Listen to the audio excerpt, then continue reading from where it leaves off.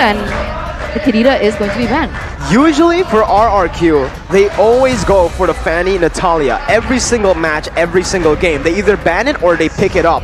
Fanny always being banned, but Natalia, it's a banner pick for RRQ. This time though, they opt to go for the Kadita. We understand why, obviously, going up against Aura Fire, a team that knows exactly how to maximize that potential for the Kadita. But two respect bans already from the side of Aura. The Franco, the 1-1. I'm predicting maybe now they might just go for... I don't know, I think they might leave the Valentina and Faramis open. They want to go for those crazy team fights. They want to pick those heroes up. Maybe going for a ban towards an Akai. Yeah, there you go. It's going to be a solid choice. RQ now on the hot seat. They need to decide, do we want to trade the Valentina Faramis or do we want to ban it out? Do we want to go for the to ban the Beatrix as well? Because we've mentioned how OP essentially Beatrix is. It's just too flexible, too much damage. The Faramis will be the option for RRQ, but Aura, will they first pick the Beatrix? Ooh, Beatrix, they have... Yes, they will. That was quick. Oh, right, okay. So the Beatrix is going to be the first pick here for the side of Aura Fire. Definitely, they don't want to see that in the hands of Skylar. It is a huge respect pick as well to take it away. And in the hands of Kabuki, we saw how he could carry and even utilize it in a way that he was able to straight push into that base and eventually take that game yesterday against GeekFam. And now RQ Hoshi, they have the next two picks available. Are they going to be utilizing this Valentina, or do they have a different choice in mind? I think the Valentina will be very, very good for RRQ. Clay, we expect some high ground plays from him, but Eve actually comes out, so Valentina will be available for Aura instead. And knowing Aura, that flexibility will be quite an issue. But again, with Kabuki on that Beatrix, they need to find some answers. For RRQ, they have the real-world manipulation, and they can use Masha to dive towards him. But we have seen that in the right hands, the Beatrix in the right hands won't really fear a Masha diving in. It depends on the team, honestly, because the Beatrix alone, you'll never be able to 1v1 a Masha if you both are the same level. Masha is one of the best counters towards something like a Beatrix, but we'll see how Aura plays around it. They already picked up a Paquito, again, adding a little bit of peel into their composition, and they picked up the Valentina to probably match up with the Reeves real-world manipulation. So RRQ now, they need to wrap up their drafts. They already have an XP laner and a mid laner. Maybe wrapping things up with a gold lane pick will be an option for them. We know that they really, really like the Claude. But no, they actually pick up an Esmeralda. So, the Masha and Esme right now. This is the big question. We have seen Esme in the jungle before, but I don't know if Albert wants to use it in the jungle. Masha can be flexed, XP or roam, but right now, if I'm looking at RRQ's draft, I'm thinking Masha, roam, Esme, XP. It sure makes sense for that RRQ, but will that be enough to deal with the Beatrix, right? I think a legit strategy that we've seen is that the Yves can just zone the Beatrix away with the real-world manipulation. That is a very clear option, but will the Claude come in? Because when RRQ wants to go aggressive, when teams can just dive in together, the Claude can be a quote-unquote counter for the Beatrix for sure. Yeah, I was thinking that Skylar would have picked up that Claude, but I think Aura Fire was able to read up on that. And now, this is starting to diminish his hero pool. What else can he play? The 1-1 has been banned, the Beatrix taken. The next two picks that he's used in the past was the Popple and Carry, but I do feel like Carry is very situational in that gold lane. It doesn't naturally shine against the composition that Aura Fire is bringing to the table just yet. So what does this leave? We've seen usually the Irithel come out. We have mentioned the potential for a Bruno to come in. The Brody is also available still if they want to go for that option. But again, it all really depends on how the composition works with each other, right? At this high level, it's not only about how good the hero is, how meta a singular hero is. It's how well it fits into the composition. I think the choice for RRQ right now is either the Brody or the Clint. Two heroes that we have seen Skylar play many times before. Clint as well, really good against the Beatrix in the early phase, getting that early win, obviously with his passive, his whole kit revolving around just winning that lane early on. But again, Beatrix, way more flexibility. Once he gets that ultimate, it's going to be kind of a nightmare for this Clint. But Aura Fire with the final ban, they might as well just go for the Popple and Koopa ban. Two bans onto Skylar, limiting his hero pool, forcing him to play either the Brody, the Clint, or like you mentioned, Irithel Bruno still as well up for grabs. I would have preferred the ban towards Brody. Because the last time we saw Skylar on the Popple and Koopa, he didn't perform. He was basically shut down really easily. Oh. But now, RRQ Hoshi have actually picked up the Irithel like Arashi mentioned before. So now, Aura Fire, they need to start closing out their drafts here in the second phase, as we're going to take a look at a comment by Skylar. Beatrix's backdoor won't happen to RRQ. Let's contest the Beatrix. But, Well, I mean, in game number 1, it seems like Aura Fire was able to get it. Well, first pick, you know, first pick prio. That's what Beatrix, the power of Beatrix right now. That's where we're at. They could have banned it though, so I mean the coach didn't age that well. But for Aura, I think what is going to be very telling is the roamer pick. With the 2 picks left, we're going to see how exactly does Aura want to play. Is this going to be a kite back mobile composition? Is it going to be an all-in team fight composition? It all really depends on the final 2 picks. Will the jungler also be a bit of a tanky member? It's going to be Ruby and an Amon. Whoa. Amon and Ruby picked up by Amon. Aura.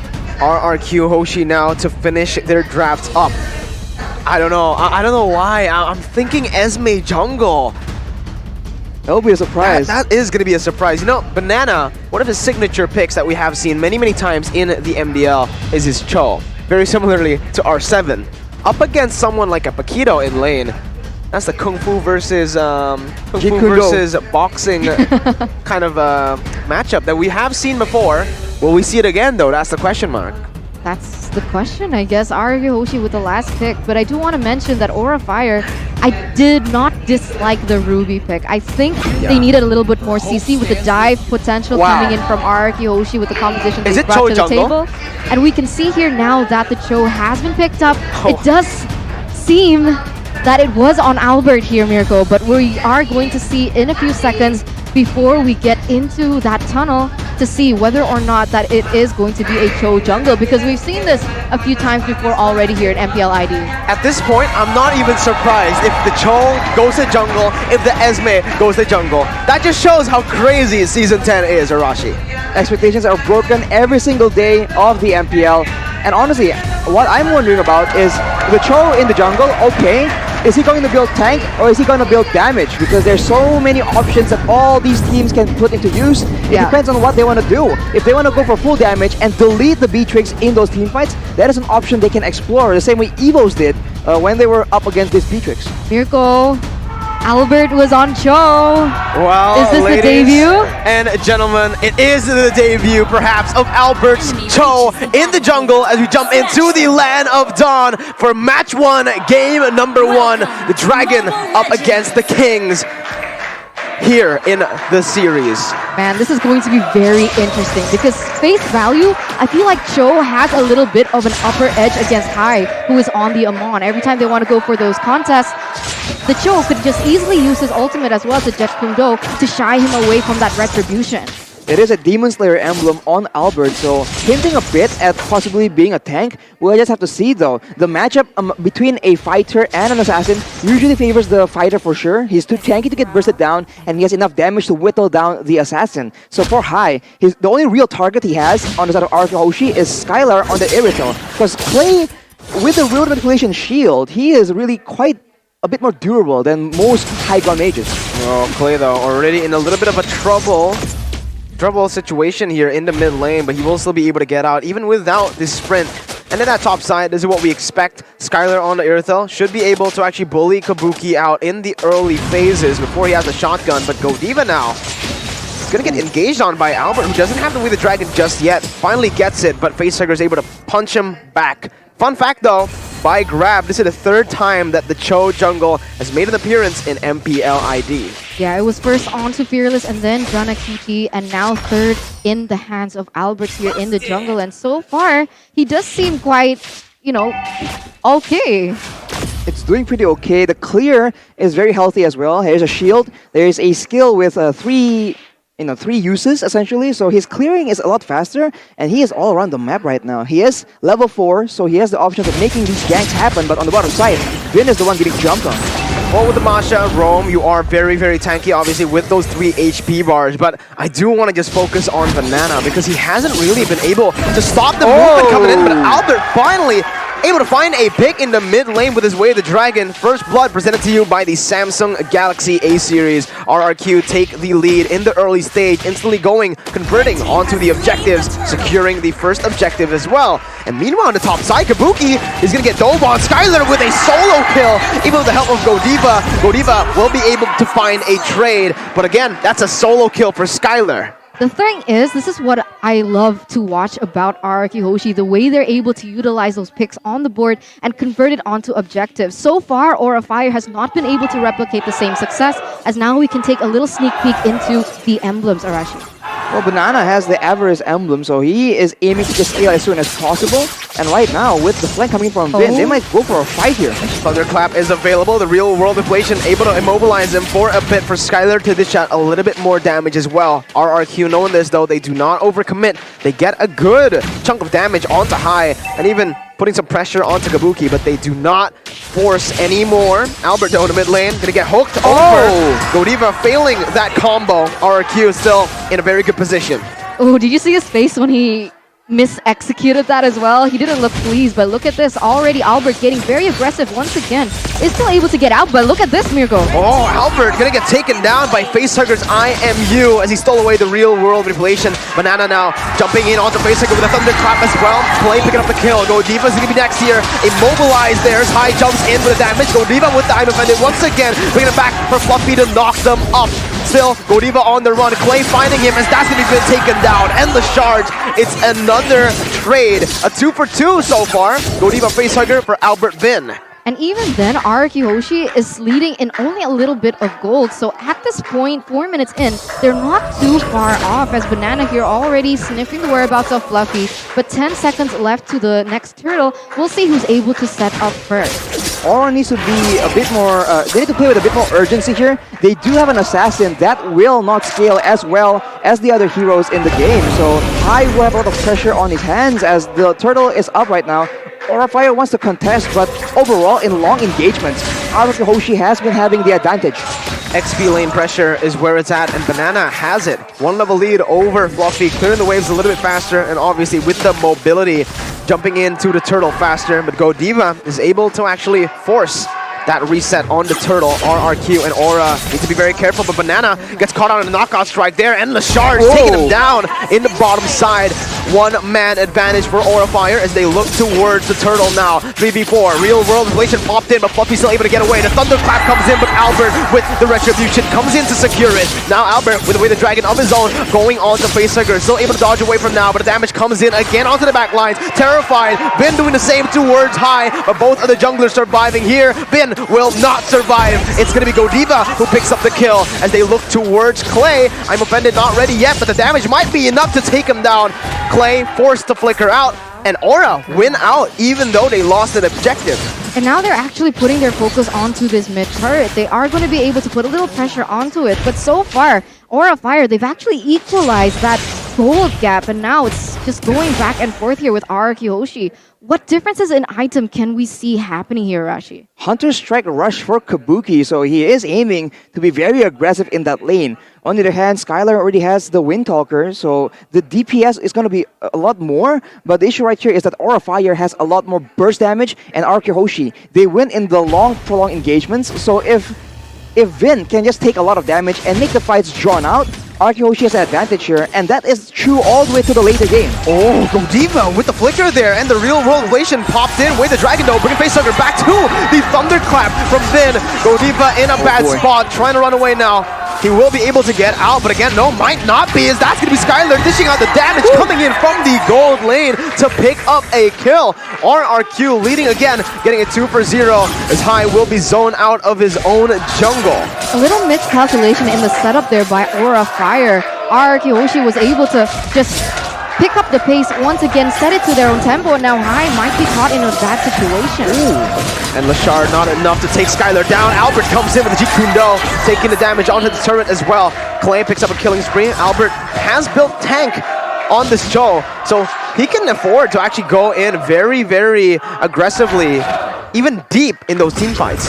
Right now, RRQ Hoshi has a lot more pick-up advantage because Albert has been so good at finding those opportunities. It's quality, not quantity, that he's going for on this show, and it's been working out. Although, again, Aura Fire still has the advantage, but it won't be until the late game. In the mid game, they will have to pull the trigger and play a lot more aggressively. But RRQ, they are securing all these neutral objectives. That was crazy. I mean, Aura Fire was first to set that one up, but RRQ, Hoshi, Albert in particular, with that clutch retribution, able to take it away from Aura Fire. I think this is something that we were mentioning as well before we begun. The Amon against the Cho in that jungle position, it is going to be a little bit more difficult for Hai. And now RRQ, Hoshi, they're starting to reap the rewards here. Already so much pressure, but Godiva as well as the other members from the side of Aura Fire, they're pushing their focus in this bottom lane. Oh, they're already going to go on to Vin, giving him a lot of damage. But the real world relation actually going to take Hai down with the help of Vin's Thunderclap. Albert trying to find facehug with the G Kundo, not able to, as Fluffy will be able to get out of this one in the mid lane. He has actually taken a lead over Banana here, which is surprising. And Esmeralda Paquito matchup, not a matchup that we usually see the Paquito winning.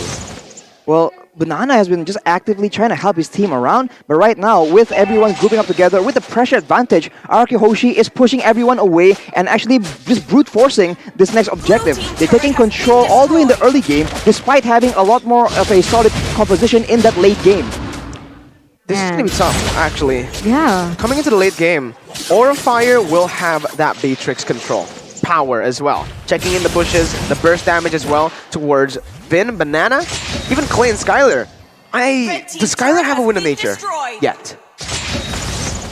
I don't think he has it just quite yet. He will be building it quite soon though, but Vin here is still trying to pressure as much as possible. Aura Fire, they're getting bullied out of their own jungle.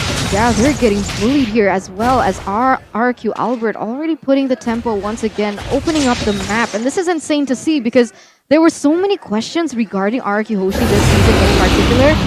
Clay. People have mentioned that because Lemon has been filling in that role, they don't really see the synergy as well as they saw last season. But so far, Clay has been such a reliable engage tool as well as disengage tool with that real-world manipulation. I mean, still standing at a 304 KDA. Clay, once again, really performing to his max.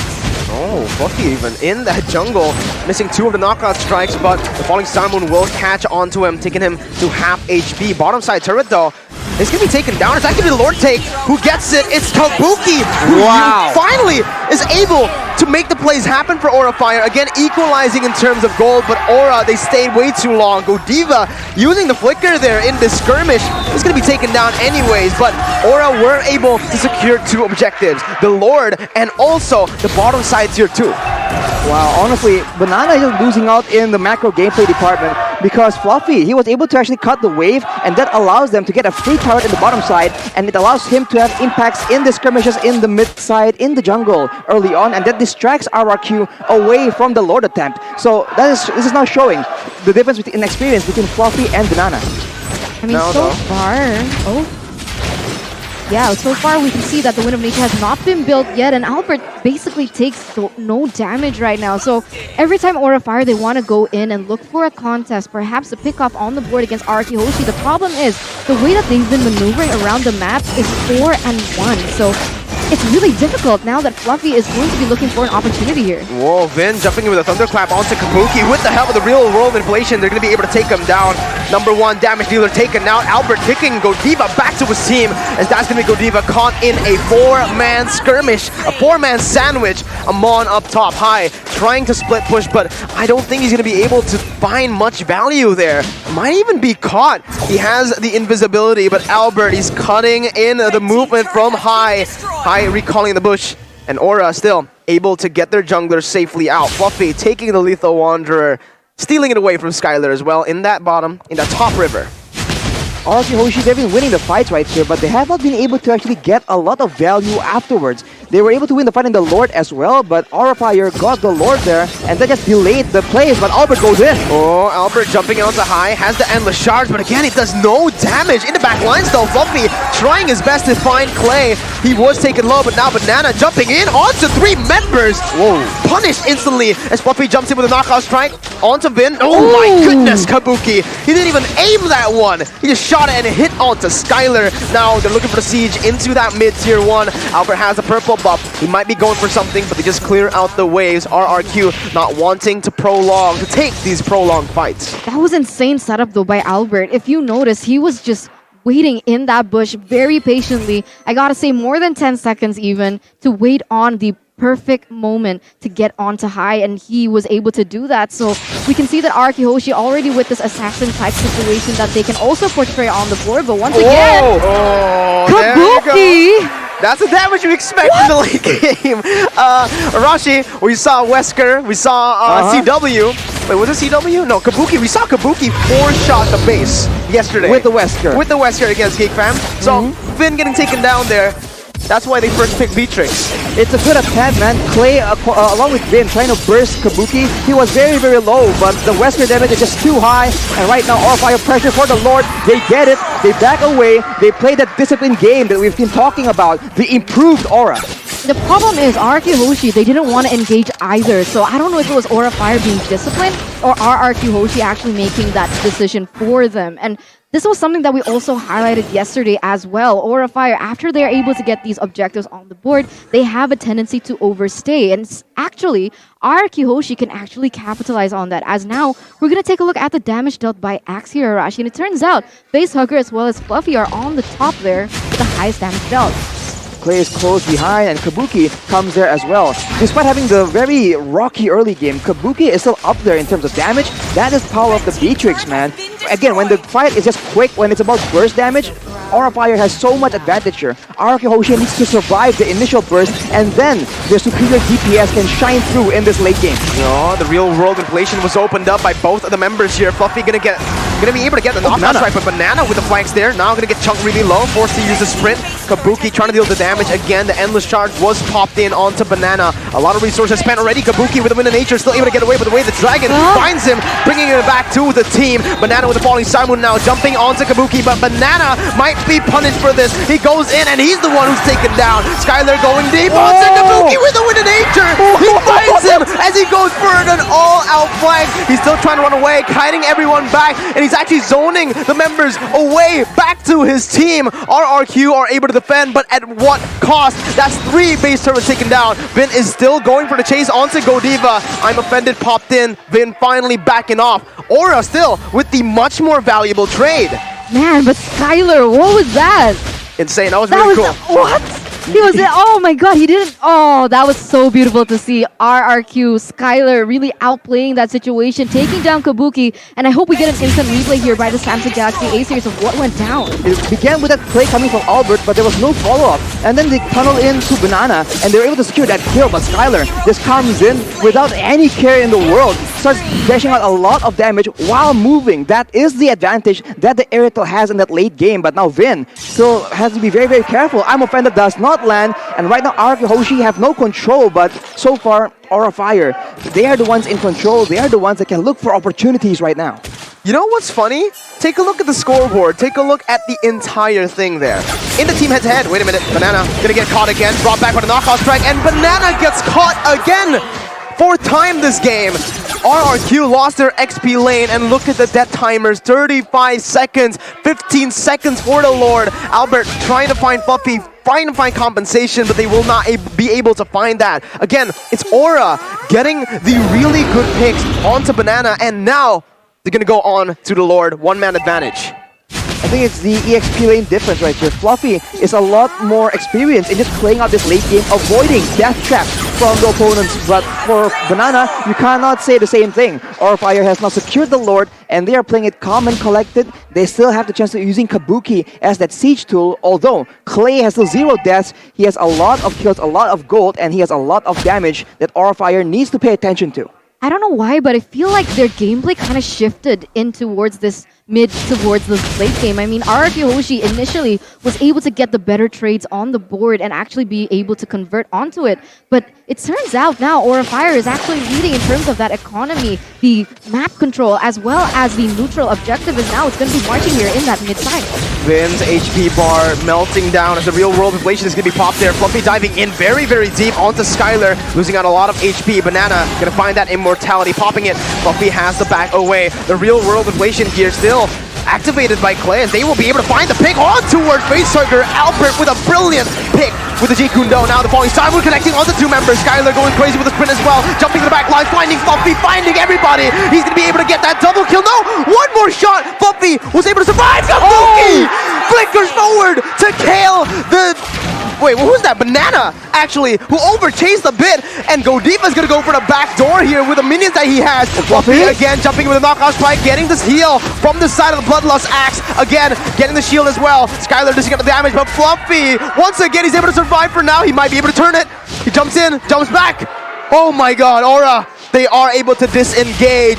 And again, what I do want to mention is, team head-to-head, it was RRQ with better objectives, Aura with more kills, deaths, and assists. Here, it's a complete opposite. Yeah, complete opposite already now. And it's interesting because the way that they're able to see and grasp on each other's gameplay is insane. RRQ Hoshi, they were able to maneuver around this, able to outplay Aura Fire, but in the end, Kabuki was able to do the same. In terms of this item, because of this basically zero economy gap, what can we say? Well, we can say that our fire will have better pickoffs, and RRQ Hoshi, they are just very concerned about that backdoor potential. You saw that Skylar and Clay were both trying to get the kill onto Fluffy, but at the same time, they were very concerned about the base. You can see that they were very reluctant to leave it, in case Kabuki makes that play yet again. That is the power, that is the pressure that a Beatrix can bring for your team. Now it's back to square one. Aura Fire with the pick-off advantage, RRQ Hoshi with better DPS, better AoE. We saw that earlier in the base defense. Clay was able to use the real manipulation and he just held it on. He activated it and just kept it there to make sure that the rest of Aura Fire are unable to push along with the Lord, and that just gave him the space to defend against that very aggressive push from Aura Fire. Right now, I feel like RRQ Hoshi, they have one clear winning condition. The winning condition is they need to keep Iritel alive, right? Because if Iritel gets taken out, they don't have a source of DPS. They do have Albert with the damage, but unfortunately, it's a combo type of thing. So if that is used on one particular person on the side of Aura Fire, they don't have another answer. Meanwhile, Aura Fire, they have damage from Facehugger, they have damage from Kabuki, they have damage from even someone like Fluffy in that EXP lane on the Taquito, as well as High. So there's just so many sources of targets that RRQ Hoshi have to control. Meanwhile, Aura Fire, they only need to take down one. And look at how Fluffy is managing the waves. When he cut the mid lane wave, he only used a knockout strike and a jab, and that's it. He didn't go for a full clear onto the waves again, trying to set up that slow push. Obviously, RRQ did not want that to happen, noticed that, and cleared it up. But you already know the idea as to why Aura are trying to make this happen in the side lanes and even in the mid lane with the wave pressure slow pushing into the base. RRQ are going to have a very tough time micromanaging 3. You can see that Banana is very concerned about pushing deep into the side of Aura Fire because he has been picked off so often. So now Fluffy, he has the advantage of being able to cut the wave and leave Banana alone in the bottom side, gaining a man advantage for Aura Fire. Here as well, we need to see. Fluffy's buying so much time, distracting the members, and again, making them look. He's going for the flanks now.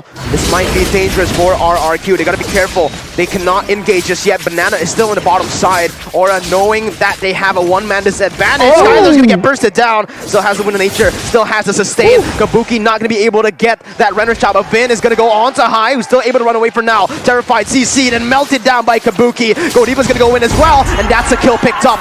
Fluffy still able to buy so much time. Again, so annoying.